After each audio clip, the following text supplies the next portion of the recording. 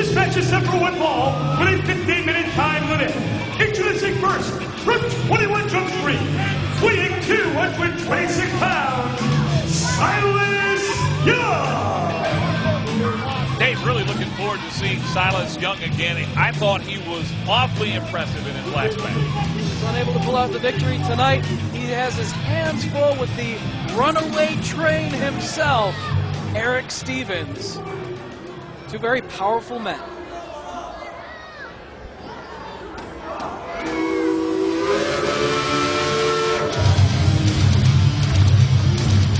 His opponent from Sarasota, Florida, weighing 248 pounds, Erick Stevens. If I'd have to say any man had an advantage in this, it's Erick Stevens' strength, which could come into play. Silas has shown some agility, though, in addition to having some power of his own. But Stevens is certainly all fired up and ready to go.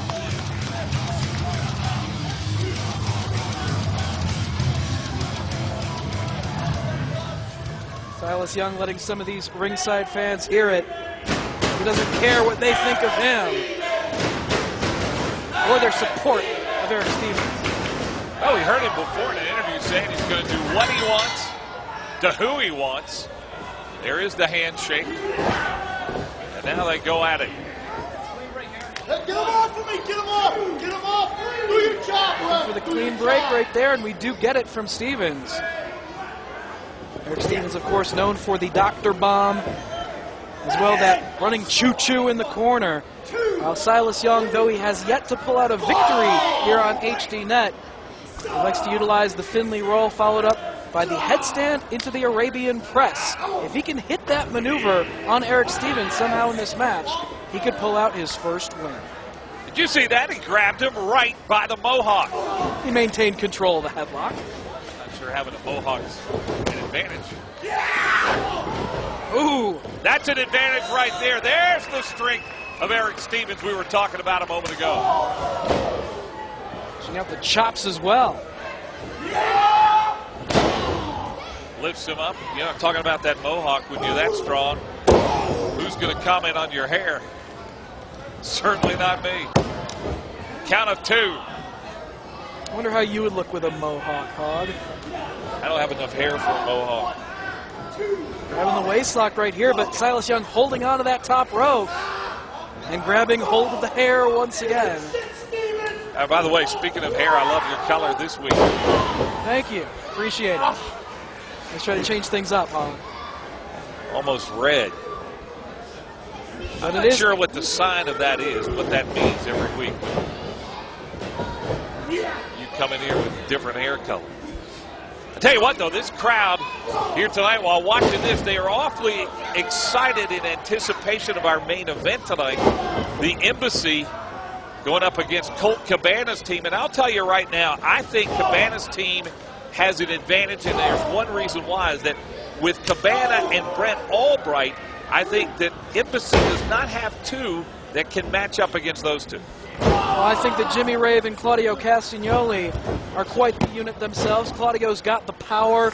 Jimmy Rave has the heel hook, which has already done damage to the ankle of the Necro Butcher. You got to watch what Nana's got up his sleeve. You know, and I'm interested to see right here what Silas Young has up his sleeve to counter the power of Erick Stevens. He's keeping him in the corner right now. He's one step ahead, caught that boot and delivered the elbow. Stevens not able to get the boot onto the body. Does get the chop there, but look at the agility of Silas Young as he makes Stevens miss and comes back and got him in the back of the head. Northern Lariat didn't even see that shot coming. Silas with the cover. Count of 2. Tell you what, Dave, Silas Young's impressing me right now. Well, if he can pull out the victory, that would be the most impressive thing that he could do. He is, as of yet, winless here on HDNet. He's got the talent, he's got the agility, the power. Just needs to pull out those wins. It's all about wins and losses.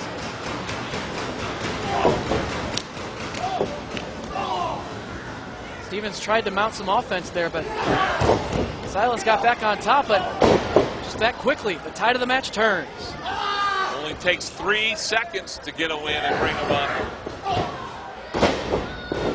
Head first into that top turnbuckle sent him flying. Here comes the power of Erick Stevens.